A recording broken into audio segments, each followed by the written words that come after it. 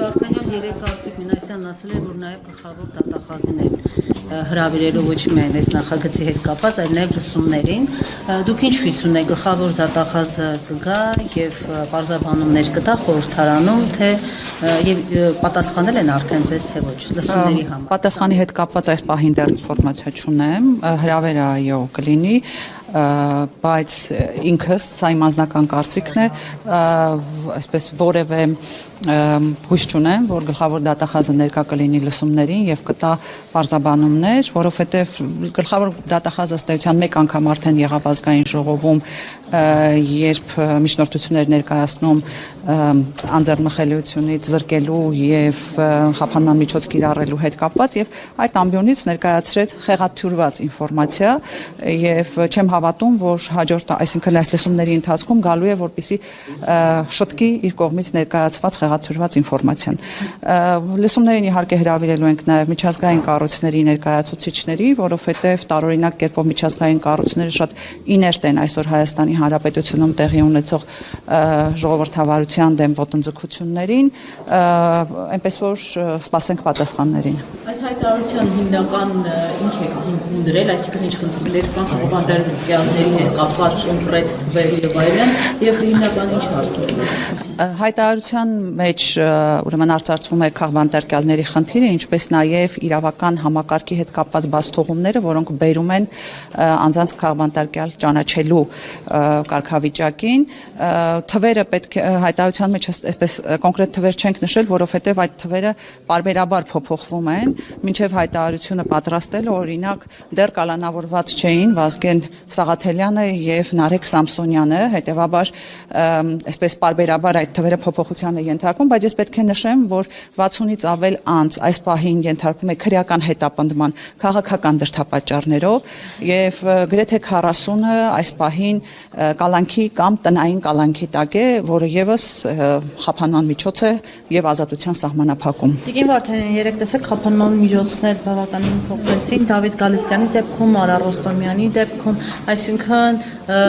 ըստ էության արդարադատություն իրականանում է հոգապնդա բարձրաձայնում է ասելով, որ տեսեք դուք ասում եք դատական իշխանությունը կախված է, արդարադատություն չկա, բայց տեսեք որքան արդար է քննություն իրականանում։ Այդ նույն մարդկանց նկատմամբ այս պահին դեռ շարունակվում է քաղաքական ենթատեքստով իրականացվող հետապնդումը, բայց մենք տեսանք, որ կալանքը տնային կալանքով փոխարինելու կամ տնային կալանքները վարչական հսկողությամբ փոխարինելու զուգահեռ կին քաղաքական բանտարկյալի նկատմամբ դատարանը կիրառեց եւս 3 ամսով կալանքը երկարացնելու կայացրեց որոշում եւ ավելին տպավորություն է, որ Լիդիա Մանթաշյանի նկատմամբ դատարանի որոշումը հենց կիրառվում է հատկապես պատժելու նպատակով, որովհետեւ մինչ այժմ գրեթե 5 ամիս Լիդիա Մանթաշյանի տեսակցությունները այդ թվում նաև падգամավորների հետ սահմանափակված են եւ սա այո հիմա էլ եւ սա այլ կերպ քան պատիժ գնահատել չի կարելի իր հանդեպ խստության նման։ Երեք Լիդիան իր խոսքում նշեց իր կողմից այսպես նշվող պատճառները եւ ես էլ ունեմ ենթադրություններ, որ այո Լիդիա Մանթաշյանը պատժվում է։ Նա ասում էր, որ ինքը սերով պայմանավոր, որովհետեւ կարծես թե մեղադրանքը շատերին նույնական է։ Իր դեպքում ինչու է այդպես։ Լիդիա Մանթաշյանը նշեց, որ տեղեկություններ է պարունակում որևէ պետական պաշտոնյայի վերաբերյալ կամ միջադեպ է եղել պետական պաշտոնյայի հետ եւ դրանով պայմանավորված են նրան պատժում։ Ես չեմ կարող մեկնաբանել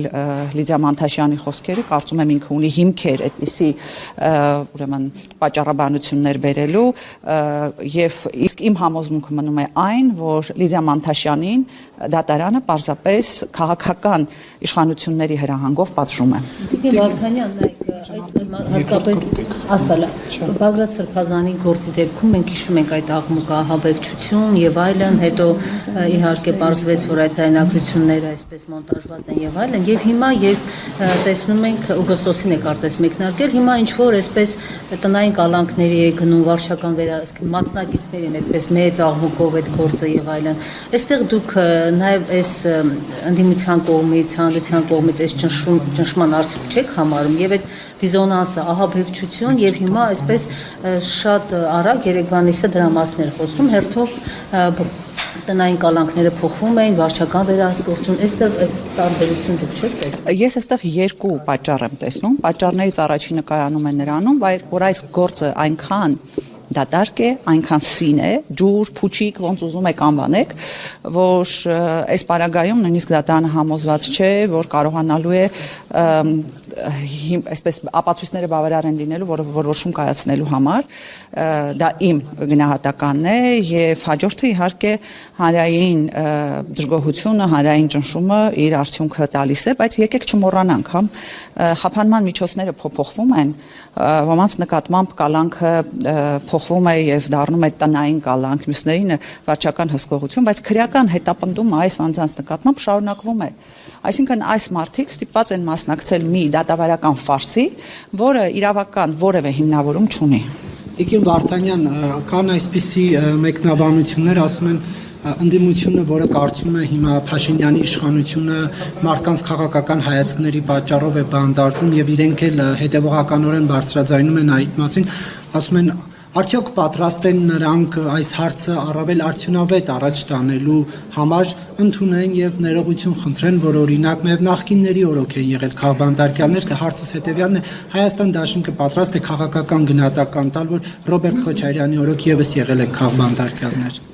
Ես հարցին այսպես պետք է պատասխանեմ, եթե դուք հետևել եք իմ գործունեությանը, մինչև 2018 թվականը եւ 2018 թվականից հետո պետք է ֆիքսած լինեք, որ մինչև 2018 թվականը ես ելի բարձրացրել եմ քաղբանտարկյալների խնդիրը, այսինքն այն, որ Հայաստանում տարբեր իշխանությունների ժամանակ եղել են քաղբանտարկյալներ, դա անհերքելի է, բայց եկեք ընդունենք, որ 2018 թվականին այս իշխանությունները եկան նաև այն խոստումներով, որ Հայաստանի Հանրապետությունում պետք է լինի արդարություն, Հայաստանի Հանրապետություն պետք է լինի արդար եւ անկախ դատական համակարգ եւ 7 տարվա ընթացքում մենք տեսանք ճիշտ հակառակը։ Այդ թվում նաև պարոն Քոչարյանի իշխանության օրոք են եղել քաղբանտարկյալներ։ Ես պատասխանեցի ձեր հարցին։ Հսկա խնդրեմ հստակեցնել, այդ թվում նաև այլ հարցեր։ Իսկ ինչու իմ հարցին չեք ուզում պատասխանել։ Ես պատասխանեցի ձեր հարցին։ Հարցս հետեւյալն է, արդյոք պարոն Քոչարյանը։ Ես պետք է նորից պետք է կրկնեմ։ Եթե հետևել եք իմ գործողություններին, դուք տեսել եք, որ այդ դեպքում խնդրում եմ բացեք նախորդ իմ հայտարարությունները եւ